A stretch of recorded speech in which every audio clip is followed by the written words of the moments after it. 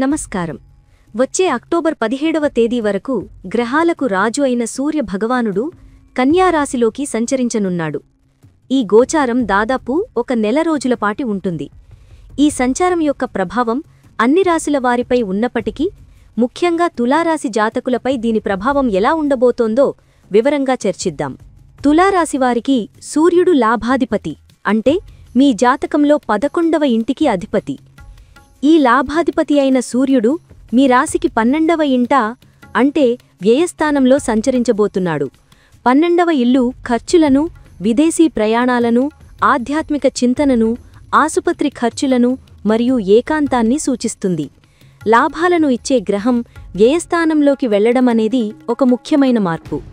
దీనికి తోడు ఇదే సమయంలో మీ ధన, కుటుంబ స్థానాధిపతి మరియు కళత్ర స్థానాధిపతి అయిన కుజుడు కూడా సూర్యుడితో కలిసి వ్యయస్థానంలో ఉండటం గమనించాల్సిన విషయం.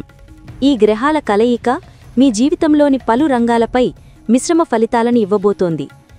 ఈ సంచారకాలంలో మీరు గమనించే మొట్టమొదటి మరియు ముఖ్యమైన మార్పు మీ ఖర్చుల విషయంలోనే. డబ్బు నీళ్లలా ఖర్చైపోయే సూచనలు బలంగా కనిపిస్తున్నాయి.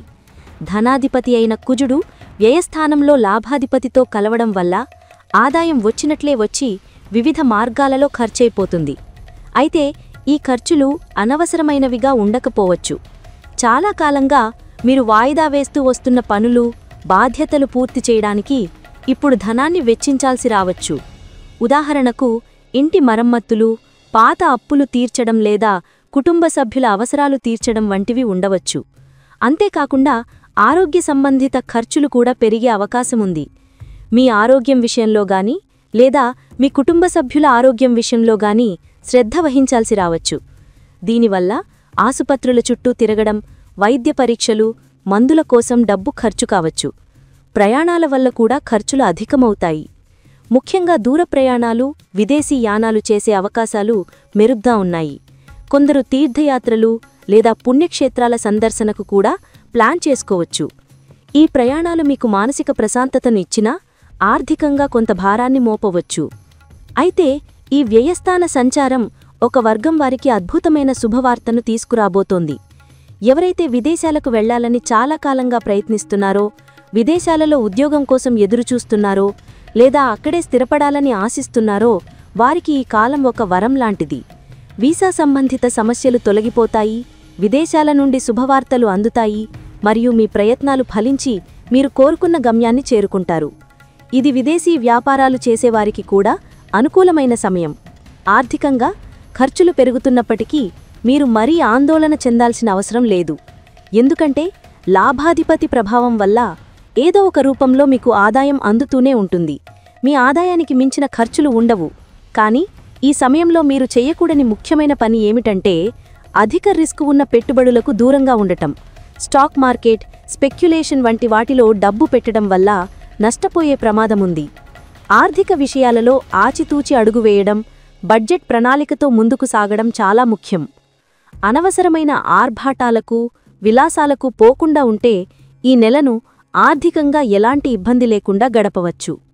ఈ సూర్య సంచారం మీ వ్యక్తిగత సంబంధాలపై కూడా గణనీయమైన ప్రభావాన్ని చూపుతుంది. ముఖ్యంగా వృత్తి జీవితానికి మరియు వ్యక్తిగత జీవితానికి మధ్య సమతుల్యతను సాధించడం మీకొక పెద్ద సవాలుగా మారవచ్చు.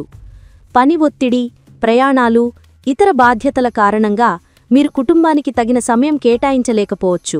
ఇది మీలో మానసిక ఒత్తిడిని, ఆందోళనను పెంచుతుంది. వైవాహిక జీవితంలో కొన్ని సమస్యలు తలెత్తే అవకాశముంది. మీ రాశికి సప్తమాధిపతి అయిన కుజుడు ఏ స్థానంలో ఉండటం వల్ల మీ జీవిత భాగస్వామితో అభిప్రాయ భేదాలు, వాదనలు పెరగవచ్చు.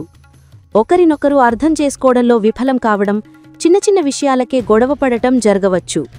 కొందరి విషయంలో వృత్తిపరమైన కారణాల వల్ల లేదా ఇతర కారణాల వల్ల జీవిత భాగస్వామికి తాత్కాలికంగా దూరంగా ఉండవలసిన పరిస్థితి కూడా ఏర్పడవచ్చు.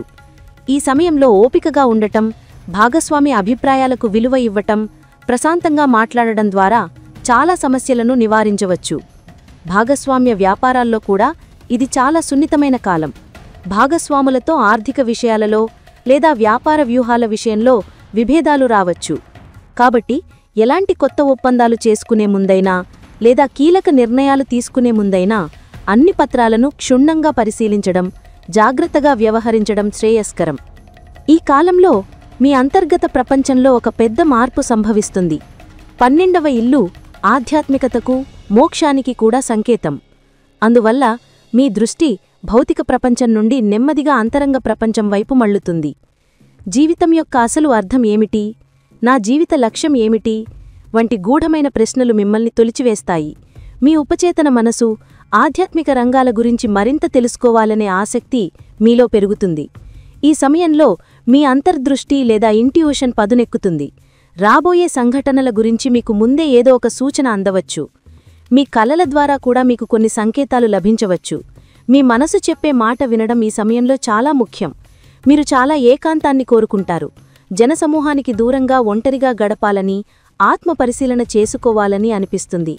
ఇది మిమ్మల్ని మీరు పునరావిష్కరించుకోవడానికి ఒక చక్కటి అవకాశం. మీలో చాలా కాలంగా పాతుకుపోయిన కొన్ని మానసిక సమస్యలు, భయాలు ఈ సమయంలో బయటకు రావచ్చు. వాటిని ఎదుర్కొని అధిగమించడానికి ఇదే సరైన సమయం. మీలో సహజంగా ఉన్న దయాగుణం, కరుణ మరింతగా ప్రకాశిస్తాయి. ఇతరుల బాధలను, కష్టాలను చూసి మీరు చలించిపోతారు.